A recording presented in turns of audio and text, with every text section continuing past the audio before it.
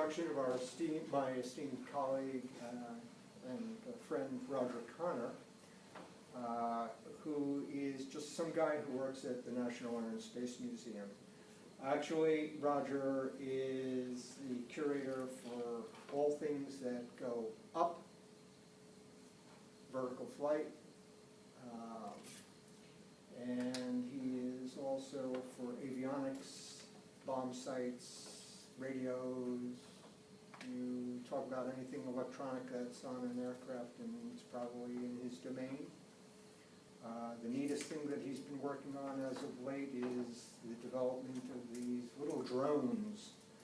And I've seen some of the video and some of the material that he's collecting on that and some of the objects, and it's just amazing stuff. Without much further reference to his personal, Roger is going to be talking about Aviation Experimental Station at Langley Field before it was called Langley Field, because it was only named that, as he'll tell you. So, Roger?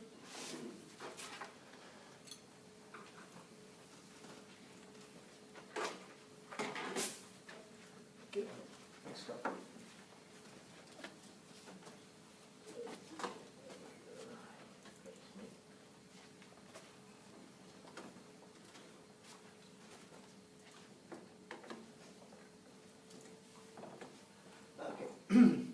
So what was known as the Aviation Experiment Station, or the Aviation Experimental Station and Proving Ground at Hampton, but which soon became known as Langley Field, got its start at the end of 1916. So this was intended as a location that was it was supposed to be one of the first what you might call joint bases.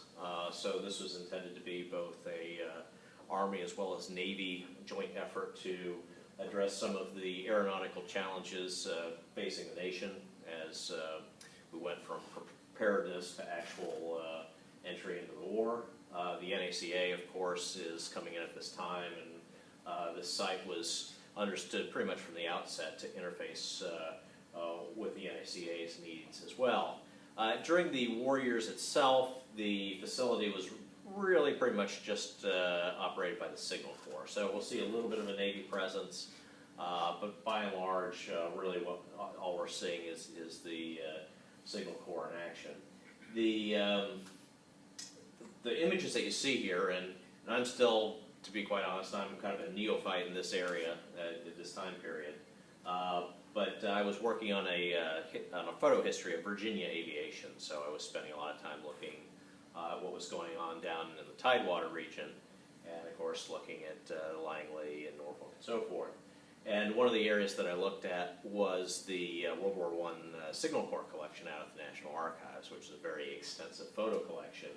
And just in the brief time that I've spent with that collection, I realized that it is a absolutely fascinating and remarkable collection that has clearly not been exploited anywhere near enough by the historical community. So depends on whatever your passion is relating to this time period, but I've seen so many wonderful things there that I've just not seen in any published material at all.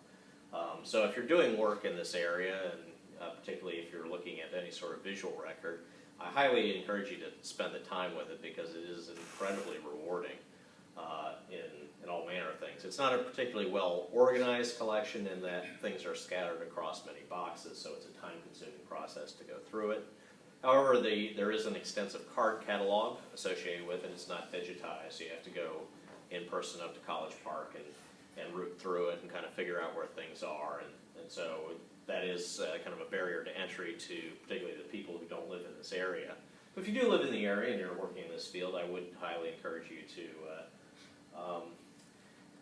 take a visit there. Of course, we're talking about Langley, so down near Newport News, so across Hampton Roads from Virginia Beach and Norfolk.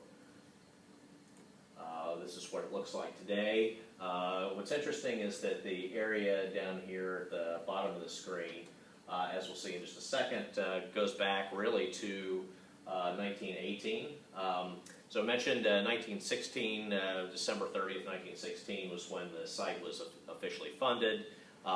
Construction began very quickly. The land itself was occupied previously, and this is the architect's drawings from 1918. So you can see how much of that original plan form is actually still incorporated there at Langley.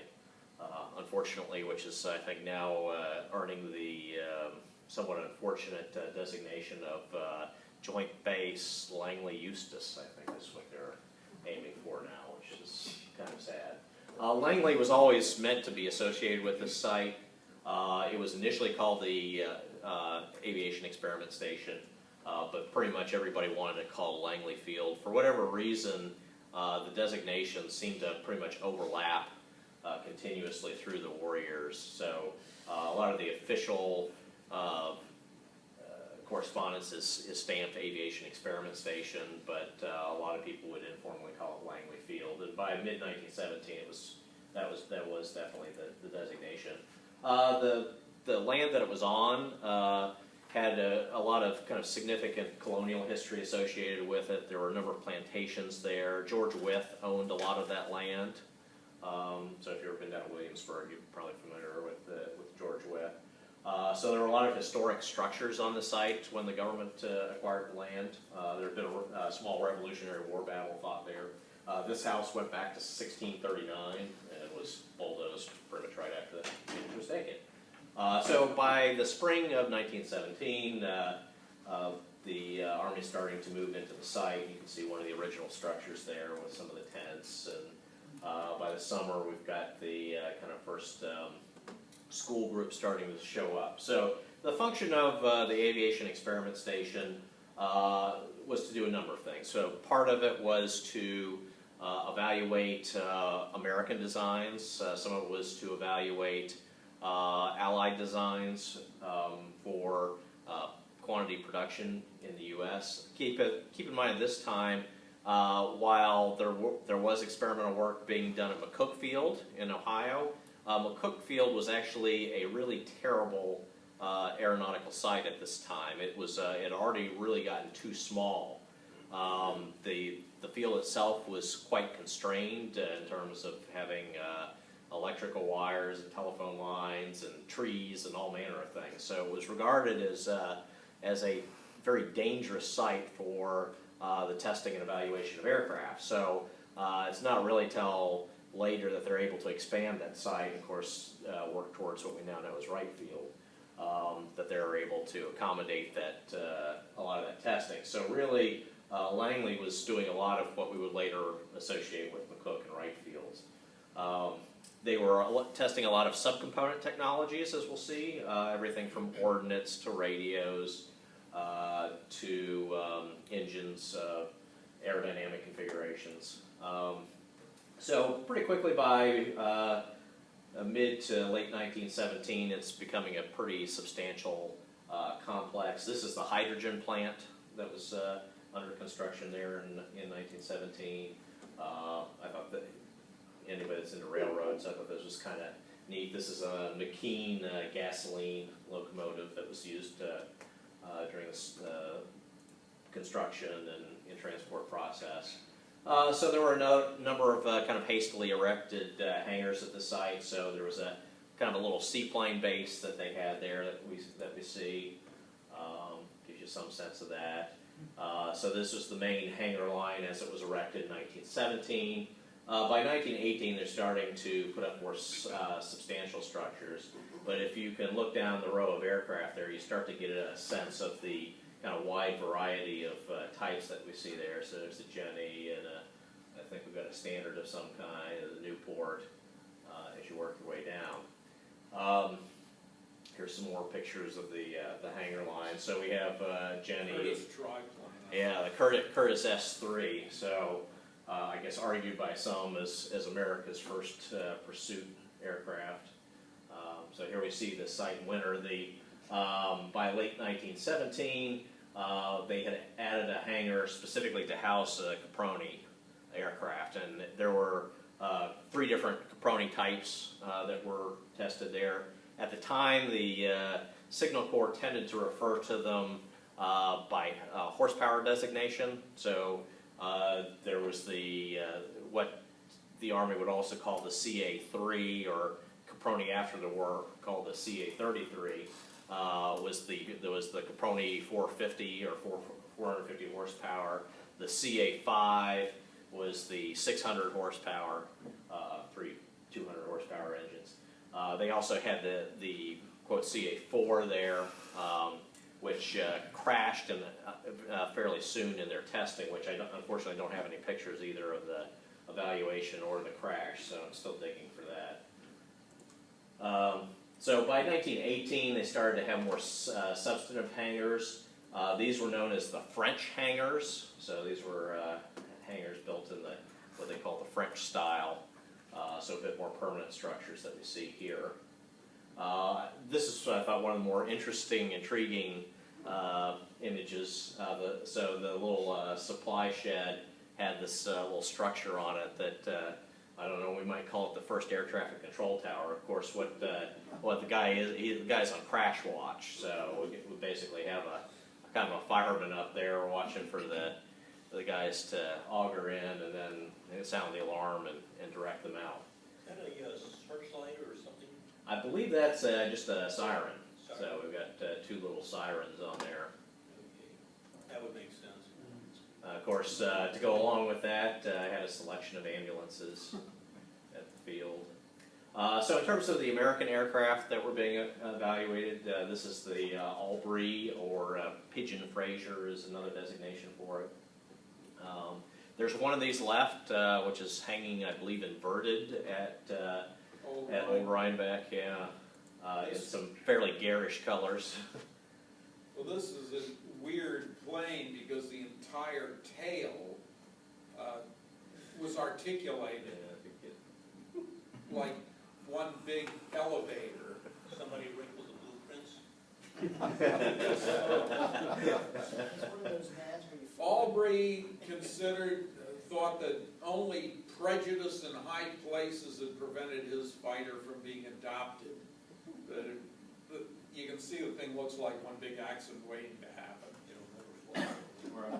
This one, I think, has got the Ackerman wheels on it too. It flew, but not very well. Got another picture up there. So yeah, keep in mind this is mid-1917 that they're evaluating this, so it would have been pretty hopelessly outclassed at this point. Another image of it. So here we have the Curtiss S3 and the Newport 17. Another picture of our S3. This guy keeps showing up in the images, and funny enough, while everybody else is usually given their full name and rank, this guy is consistently only called Johnson. So I don't know any more about it, who he is, but he keeps showing up in a lot of the images. But that was Johnson. So here we have another picture of the S3. I think this is a Pomiglio Italian aircraft. So one of the things was the load testing.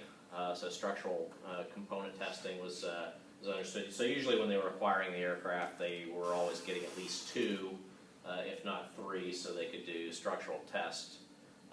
Which is the same kind of model they were using up through the World War II era, where they would usually have one airframe designated for static ground testing and instruction, and of course that's what they're doing here. The testing was somewhat crude in that you just shoveled sand on it until the thing broke, and then you weighed the sand. Here's an S3 that's had a bad day. So this one's come down rather poor condition. This is a Victor built by, I think it's Augustus Heinrich, who's the designer on this. There's another one that they evaluated. And so here we see the sand test again. And there's the failure point. This is a Thomas Morse S4 Scout. I believe they had one of these there. They also had an S4C at the field. This is I believe this is a standard M.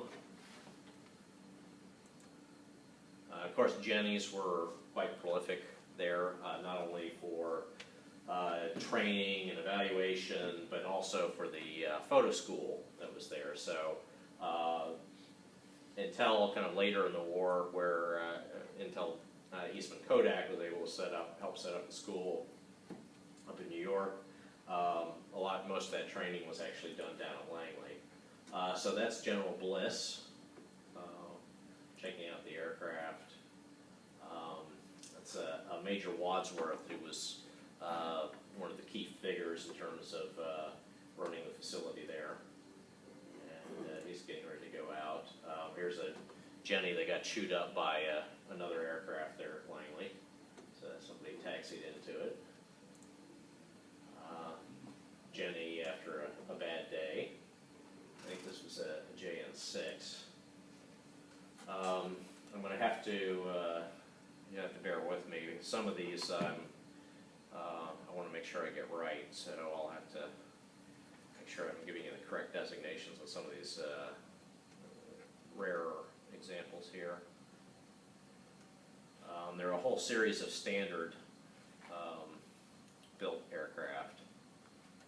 And make sure I give you all the right ones here.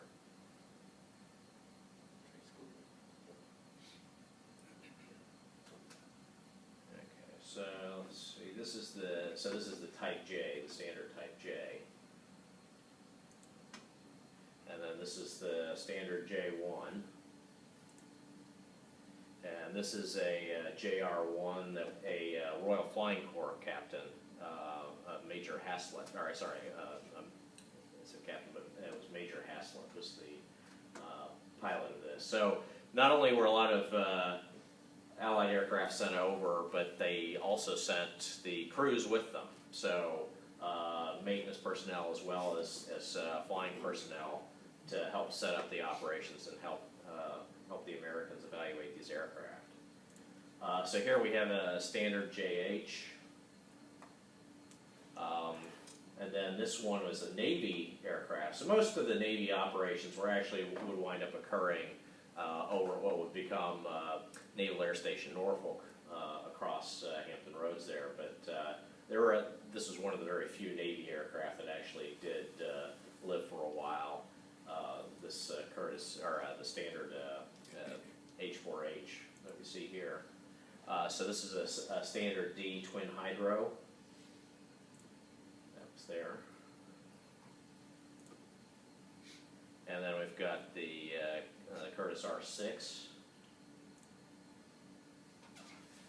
see the seaplane here. And then this is a Martin, I think the caption designated as an Aeromarine, but I think it's a Wright Martin Type B, I think is what they call it. So this had a Hall Scott 150 horsepower engine. It was being evaluated as a trainer, not picked up. This one is a Aeromarine M1, also with a Hall Scott engine on it. Yeah. Roger, could you go back for a moment on that? Sorry. Is that like an extension on the prop shaft there? Let's see. I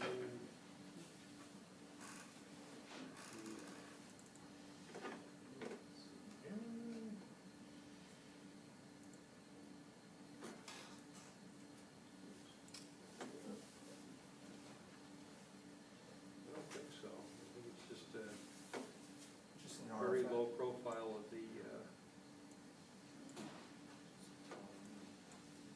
very low profile. No, it's just something else. It was just some other artifact that it looked like that there was an extension on the prop shaft for the rock. You see, it's just a tree back there, and I thought it was something else from this position. Oh, sorry. No, that's all right. This was kind of an unusual trainer. It was made by United Eastern. And then this one is particularly crazy. So this was some sort of variable incidence type aircraft developed by Dr. Lanzius, and it's about as crazy as it sounds. And so I'm not entirely sure if it's variable incidence or actually variable camber, what they're trying to do on it. But it is kind of a bizarre arrangement that they have on it. And it was, it went about as well as he expected, so this one fatally killed the test pilot. And unfortunately, so here we see a memorial service. I don't know if it was related to that aircraft or another fatal crash, but this was not an unusual occurrence there on the flight line at Langley. Memorial service of that kind. Here we see an early steel propeller being tested. Just the decoration on it alone, I think, is kind of interesting.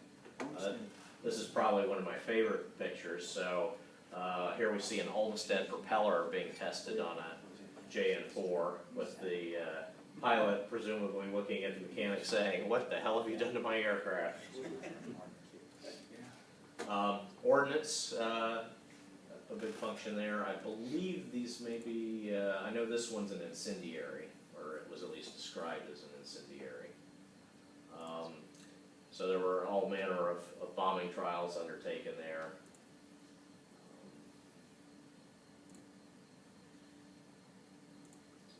So they were just bomb random fields in the woods and rafts out in the water. Mosquito control there. Yeah. So not real heavy ordnance at that time. Radio equipment was one of the things being tested there at Langley. It was kind of a big deal. I wish I knew more about this. This was a Sperry transmitter, so this is something that has popped up in the images that really bears further investigation that I'd like to look into. We've just got a generator there. This was described as an electroscope and something for measuring electromagnetic interference with the radio equipment. No idea how that works or what he's doing there. Cockpit layout, obviously something that they were looking at. This is quite interesting. This is not a Sperry product, but it's some other competing type of aircraft stabilizer. Again, something that the captions and the photos don't really do the subject justice, and it's really going to require a bit further investigation. But already it seems like there's some very intriguing little technologies that are popping up there at Langley that might be worth looking at. So in terms of the evaluation of the foreign equipment, there was a lot of interesting coverage. So we see a French lieutenant here who had come over to help demonstrate the Newport 17. So there's a lot of coverage of that. We've got there's a number of images of him walking around with his cap on backwards that are kind of entertaining. Square? Yeah, I think so. Yeah, maybe, yes. So here's Major Wadsworth, who is doing a lot of the managing the routine day-to-day operations there. I believe this is Jerome Hunsaker on the left. So he did spend a little bit of time there, and we see Hunsaker looking at something with a keen eye. Of course, he of NC4 fame. So we've got a DH2. Unfortunately, I couldn't find a whole lot of photo coverage of the British aircraft that were there. But during the war years, they did have an Avro 504, they had an F2B as well. I'm not sure that the DH9 showed up before the armistice. There was a Hanley Page in the area. I know it was at least at the Richmond Air Depot before the end of the war. I don't know if it had made it, if it did much at Langley. I haven't found any coverage of that. One of the more interesting things to show up in this collection was a lot of photo coverage of our Washington 8 that we have on display downtown. So these were not images that showed up in our files or that Peter Jacob, the curator for the aircraft, was aware of. So it was kind of a neat find coming across those. So I've included all of the images that popped up of that in here, just so you can see they had actually a real nice walk around of the aircraft. Ed, were you around when they were working on that, or? That was nice. That was a long time ago, I guess. But I thought this was kind of neat, seeing how much they were documenting it. So most of the aircraft that they had there that you're seeing pictures of are documented to something of this extent. So if you're ever interested in a particular type, it is a good place to look just for the detail shots. Our quadrone that's sitting about 150 yards away is also featured in the collection. So we've got a couple nice images of that. Showing it that the engine is missing. Yeah. And the cowls. Did it make any difference? Only a directional. And so here we have the Italian contingent. It's kind of interesting, just based on the weight of coverage. It certainly seems like, at least in 1917, that the Italians had by far the greatest presence there. This is one of the Italian aircraft. This might be the Ansaldo that's being brought in. So that's the shipping crate that they were brought in. We see some of the Italians getting ready to go up for their demonstration flight.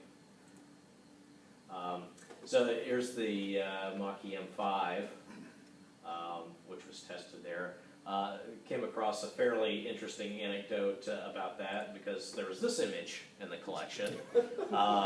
This diver's helmet was apparently struck by the M5 with the diver in it at one point. So I guess that's why you have to put up those little red diver flags now.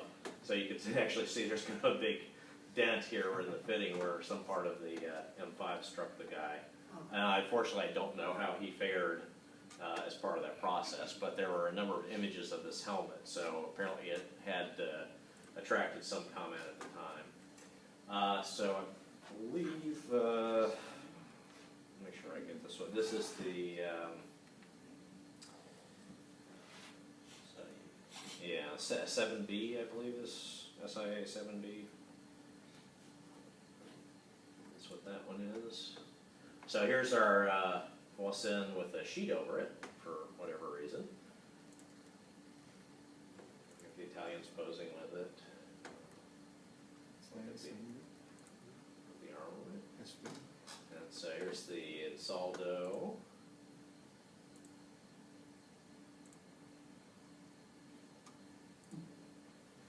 And this is the Emilio.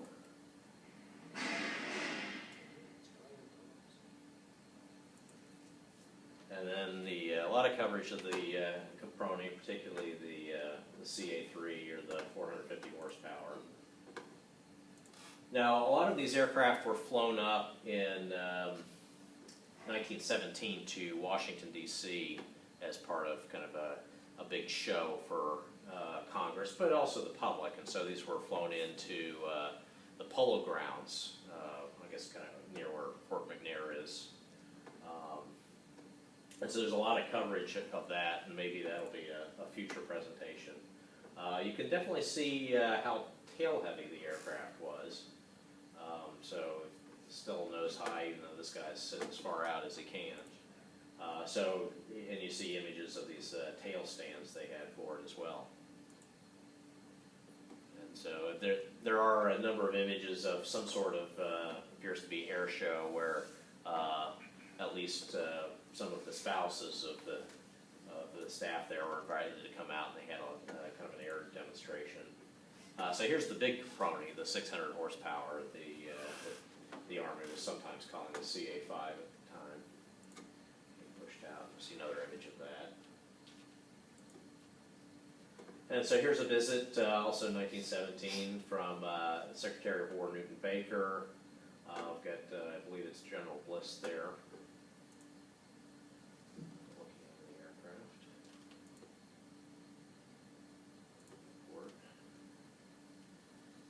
Enjoying the air show. So I mentioned the photographic school was there, so that was a very well documented operation. So I think we've got one standard in here, but everything else is a Jenny. So they're all lined up in the field, and there's a lot of kind of interesting posed images showing the kind of day-to-day activities of training all the aerial photographers. We're assigning photographic problems in that image, fitting the camera. And there's the standard JR-1B. side. Apparently this was the idea, I don't know, you just drop your photographic plates by parachute, I guess. And then they had the this mobile developing laboratory. You see there. They're out there pouring their fixer, I guess, and classroom instruction. So they learn how to make their little plaster models of the trenches. Fixing the cameras, producing maps, learning how to operate the cameras, doing drafting, making more models, photo interpretation.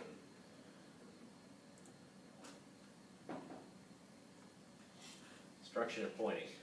This is something that was done partially at Langley, but I think most of these images are actually across the way over at Naval Air Station Norfolk, which is the Mustin Sea Sled. So a lot of you are familiar with the effort of the RFC to tow out the little lighters with the camels on it that would be used for the anti-Zeppelin patrols. The destroyers would run them out, out in the North Sea into the wind, and the camels would basically make a vertical takeoff. Well, the U.S. was interested in this idea, so they tested this little device here known as the Mustin Sea Sled, which was basically, I think, a Liberty engine-powered powerboat. So we see this, this testing was occurring right there at around the time of the armistice. So I think we see a big roundel there on the front of it. But this was kind of my favorite part here, where they put the big Caproni on it. So presumably, if you got this thing up to, I don't know, 35 knots or so, you're doing pretty well. So we see them running out there. I don't have any evidence that they actually ever did manage to take off from it, but they were certainly interested in testing it. And I think by beginning of 1919, they lost interest in it, and it died pretty quickly. But that concludes the presentation. And like I said, if you have any questions, I'll attempt to answer them. Though you probably know as much as I do about most of this stuff. And I would encourage you to take a look at that Signal Corps collection if you get a chance. Thank you. Roger, did they have any German aircraft there? Not at that time. Of course, the NACA had D7s, had a number of D7s, I think, within a year. But no, they weren't. It wasn't like Freeman Field or something during World War II where they were testing captured equipment. This was really looking at mostly the Allied aircraft, trying to figure out what was worth putting into production. It's telling, I think, that the French and British were sending, at least in 1917, were sending over their most obsolete stuff, whereas the Italians seem to be sending in more of the cutting edge stuff. So perhaps I think that's why we see the Italians maybe better represented in this. Obviously, towards the end of the war, when we're starting to look at DH-9s, 400s, that kind of thing, the situation's changed a bit. But Emilio collaborated on an American fighter design that came out too late. the Caproni, the big Caproni that you saw, the 600 horsepower one, that example was actually an American-built one. That was a Fisher Body Works produced example with Liberty engines. So the other Capronis that you saw were, I think came straight out of the box from Italy, but that big one at least was actually an American-built one. Any reasonable explanation why both the French and the British were sending us obsolete materials to evaluate in comparison? I would say that maybe speaks to the kind of general disposition and perhaps low regard held by the British and French for American fighting ability. I don't know. There was that seemed to be from what little I know, that seemed to be a thread throughout. Equipment given to The Americans at that point was, it tended to be of the more obsolete nature. There's also the possibility that some of their newer designs would have had flaws in it that they just did not want to reveal. Sure. Just a speculative thought. Sounds good to me. Well, thank you. Thank you, Roger.